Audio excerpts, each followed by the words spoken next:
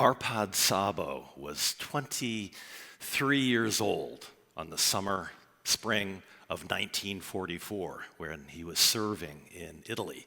He had already been in the army for over 3 years. He was a poor Hungarian-American immigrant, grew up in the slums of Buffalo, and Second Lieutenant Sabo was on patrol. His task was tank destroyer, and he was on reconnaissance. He saw a tank, and of course, what do you do when you see a tank and all you have is a rifle? You attack it. And this is what Arpad Sabo did. He attacked this tank with his rifle and jumped on top and was shooting, and he had forgotten his training.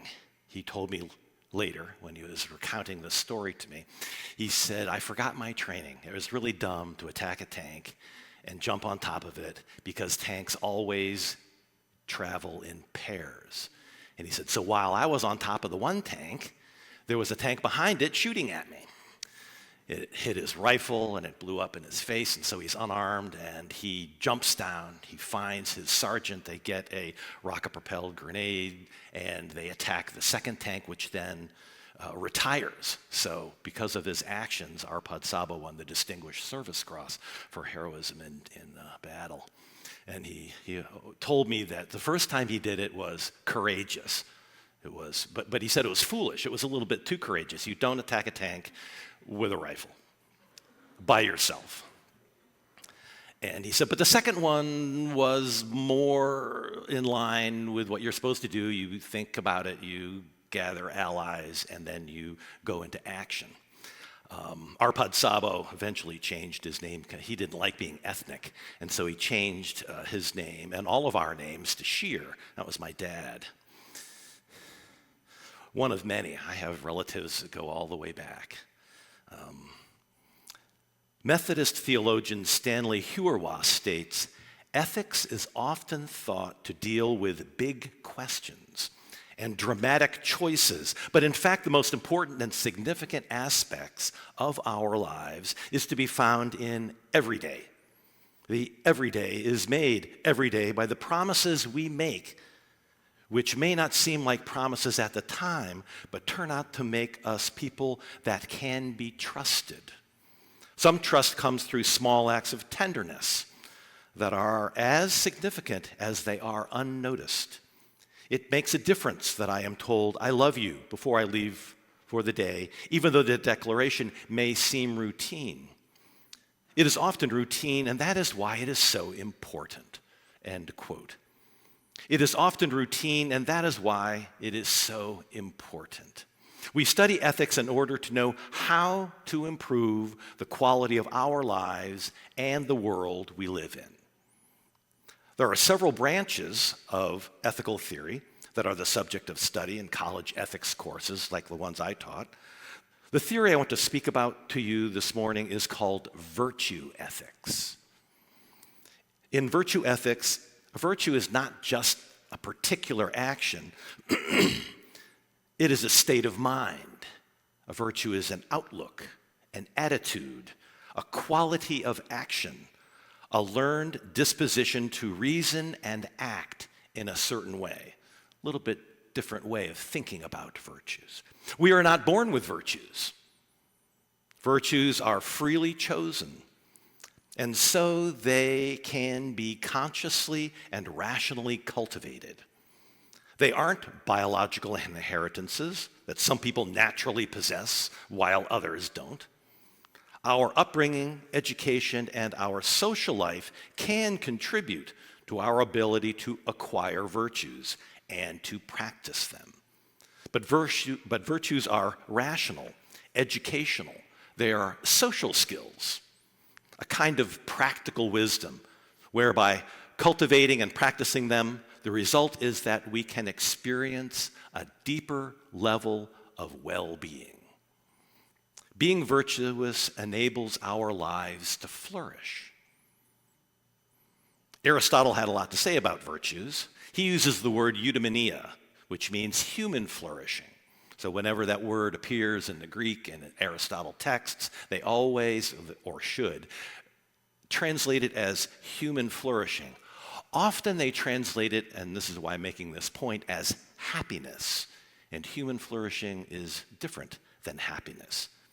To describe the result of living a life that cultivates and practices as many virtues as possible in any situation is called flourishing, and it brings happiness. Aristotle identified 12 virtues. Now, the list of virtues has changed over the centuries. Some have fallen out of favor. Some definitions have changed. Aristotle's virtues were later revised by the Roman Catholicism into their 7 virtues. Whatever the list, the philosophy of virtue ethics has influenced Western civilization for centuries.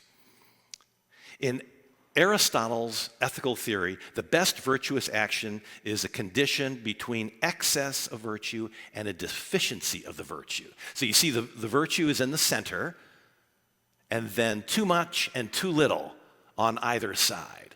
And so the point for the point for Aristotle was, let's try to find that golden mean, that balance between too much and too little. Richard Kraut from Northwestern University says this: the courageous person, for example, judges that some dangers are worth facing and others not, and experiences fear to a degree that is appropriate to the circumstances. The golden mean lies between the coward who flees every danger and experiences excessive fear, and the rash person who judges every danger worth facing and experiences little or no fear. Aristotle holds that the same topography applies to every ethical virtue. All are located on a map that places the virtues between the states of excess and deficiency.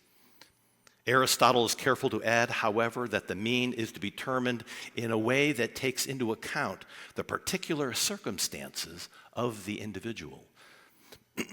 My father and I often had discussions about Aristotle's virtues. I guess that's the downside of having a philosopher as a son. But we would use that example of his earning the medal and that action as the first thing he did was really rash. It was really stupid. You don't attack a tank by yourself with a rifle. And he did a lot of things like that. He told me his name when he in the Army was the Wild One. So you can think of a 23-year-old wild one attacking a tank with a rifle. The deficiency of courage is, as we know, cowardice. The proper amount of courage would be a well-considered action, the second tank, with other people. Virtues have to be cultivated by blending our reason, life experience, and honest introspection to figure out when enacting a virtue is too little or too much. The best application of the virtue is that sweet spot between excess and deficiency, that is, ascertaining the golden mean. Finding the best expression of any virtue takes a lifetime. It is cultivated, practiced, exercised, experimented with. It is a journey, not a destination. Its application is always different depending on diverse factors like, well, if you're going to apply a particular virtue, like, let's say, gentleness. You have to determine what would be too little gentle and not enough gentle. But you have to take into factors like what, when, how, history, relationship, condition. These are the things that Aristotle says we should think about when we're trying to act in a virtuous way. Every life situation, including how we think of ourselves and our actions, entails multiple virtues. We just don't go in with one. We go in with lots, as many as are applicable. And while it sounds impossible, life is more fulfilling when we engage more virtues in any given situation so that we can find that golden mean. Right time, right way, right person, right balance, right virtues. In trying to be virtuous, we flourish. It's the trying, it's the journey, it's the figuring out the golden mean in every situation. Now, I look out here and I see seasoned persons who have had a lifetime of applying virtues here and there. And you can think back on your life and say, I remember when that was too little of a virtue, or the one that was too much. But we learn, and we try to, in the next experience, to do better. And that's also a virtue, that actively trying to improve as we go along, because we know when we're acting virtuously, we're happier. We feel like we are flourishing more than if we think of ourselves as somehow deficient or excessive. So here's a fun game.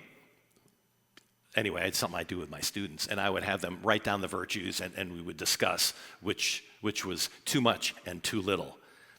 And I always remember the fact that this was actually when I was a single person, a bachelor. I was on a date, and my date said, I was reading in Cosmopolitan and she says, this is a kind of a getting to know you exercise. We're having dinner, and she brings out this Cosmopolitan quiz, and she says, let's talk about what you think is the most overrated virtue. First thing pops into my mind, which I didn't say out loud, was chastity. But I didn't say that. I was cool, and so we had a nice discussion. So you figure out too much, too little. Too much trust, too little trust. The expression, fool me once, shame on you. Fool me twice, shame on me. This is from a book called The Court and Character of King James. And this is a book of courtly virtues from Anthony Weldon, written in the year 1651.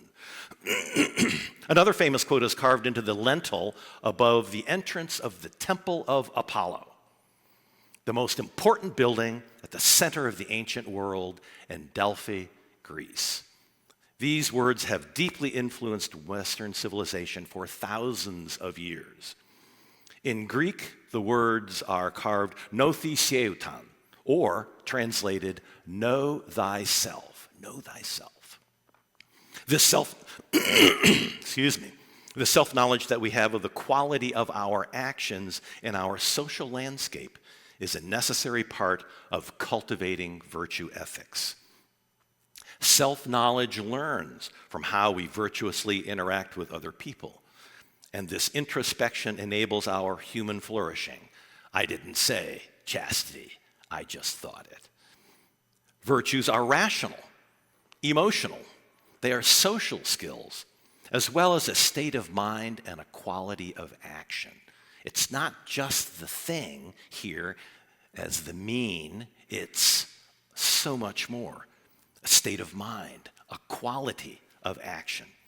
The spiritual discipline of cultivating these virtues is itself a means of flourishing.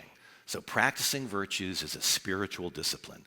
We practice them with the hope that we can flourish and so be our truest selves.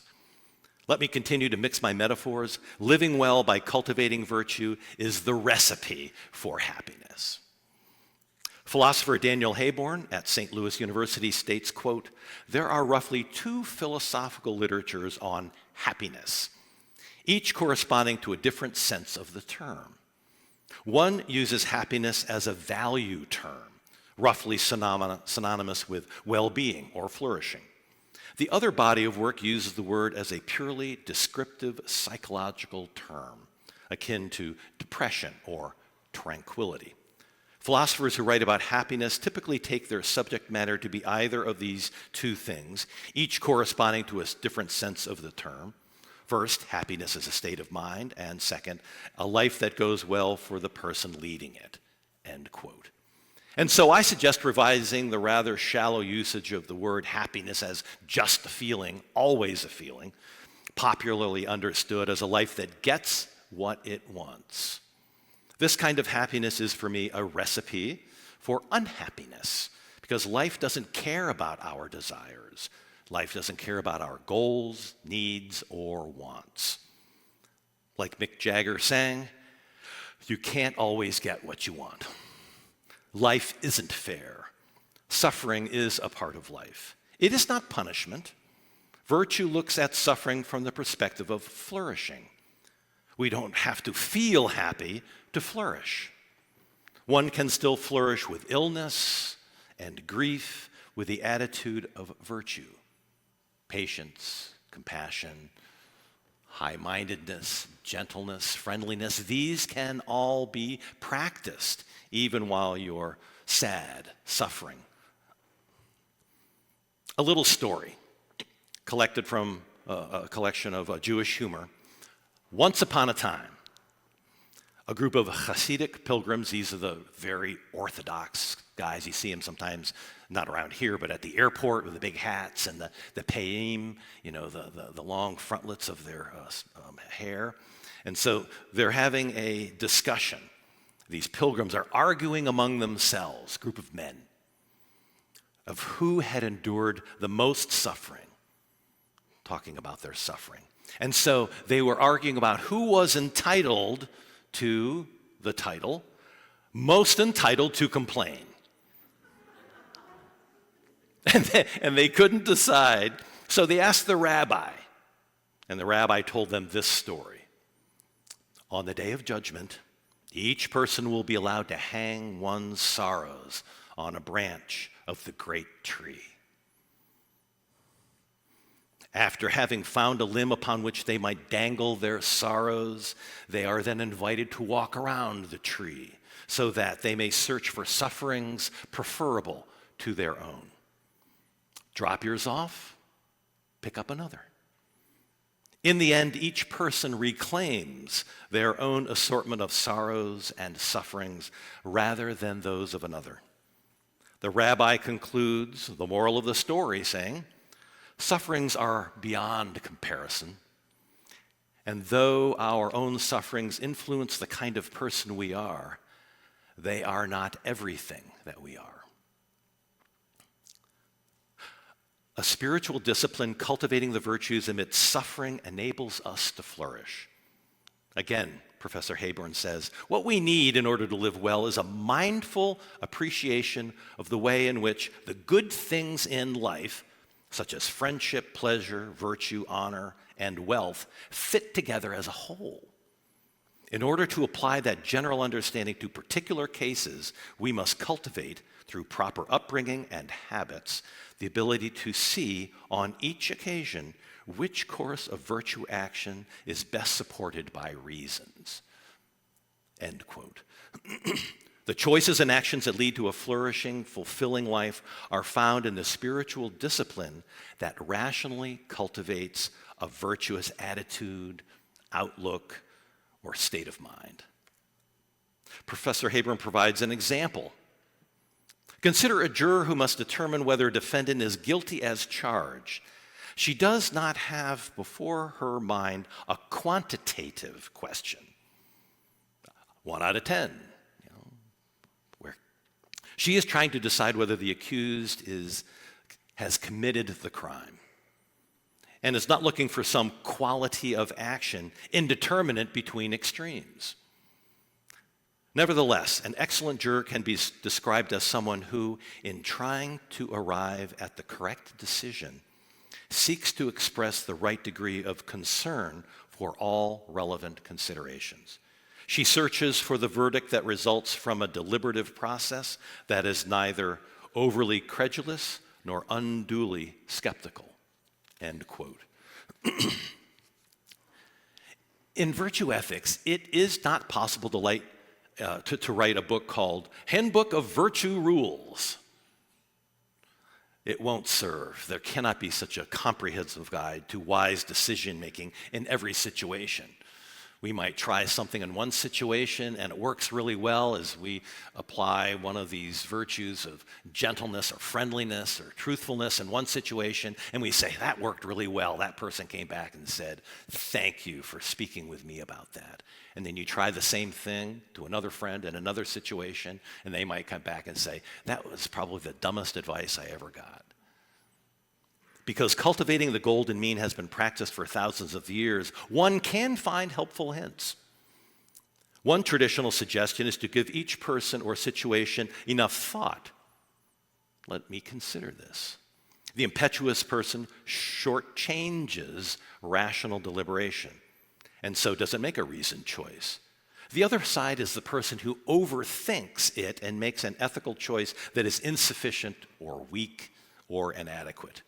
This procedure of radical consideration to ascertain the golden mean is why cultivating virtue takes a lifetime of practice. It's not easy finding the golden mean between too much and too little. Most of us don't have to think about it too long. We're seasoned veterans in that regard of practicing virtues throughout our life. We know what to do in this situation. Not too much, not too little. We've been through it. Not our first rodeo. But a review of the actions and choices might show us where we act with too little or too much. And this is what we've done, and this is what we continue to do. Oh, that didn't work, or I'm so glad I acted that way or said that thing. It was the right thing to say to the right person at the right time in the right way.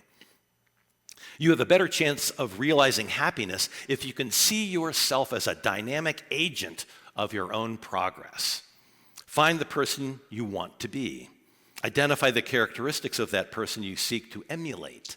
Aristotle was big about finding good role models. Make a plan to practice the virtues you want to cultivate. Our culture today is likely to push you to define yourself as being a particular sort of person with a fixed, permanent character. This is certainly convenient for business or political parties, and it makes you a repeat customer, a reliable voter, a faithful donor. Having such an immutable identity can be appealing if it also gives you a sense of belonging as one of us and not one of them. But it can also leave you stuck in a life that is not really who you are anymore. Stuck in a situation or in circumstances you might not like and can make you less happy than you could be. So that virtuous introspection applies to you as well. Am I living in a too much or a too little? In closing, practicing virtue ethics is a spiritual discipline. It is not a decision-making procedure. It does not illuminate the nature of living well. What might be done on any particular occasion by a virtuous person depends on the circumstances. And they vary so much from one occasion to another that there is no possibility of stating a series of rules that solves every practical problem when trying to apply the golden mean virtue in any particular situation. Trying to live virtually is the path of flourishing. Seeking the best balance between too much and too little is nuanced. What might be best in one situation might not be in another situation. Getting it right all the time is not the goal. It is the effort to cultivate virtues and that enables us to flourish. The spiritual discipline of cultivating virtues allows us to flourish and be happy. Cultivating the garden of virtues is the heart of happiness. Thank you.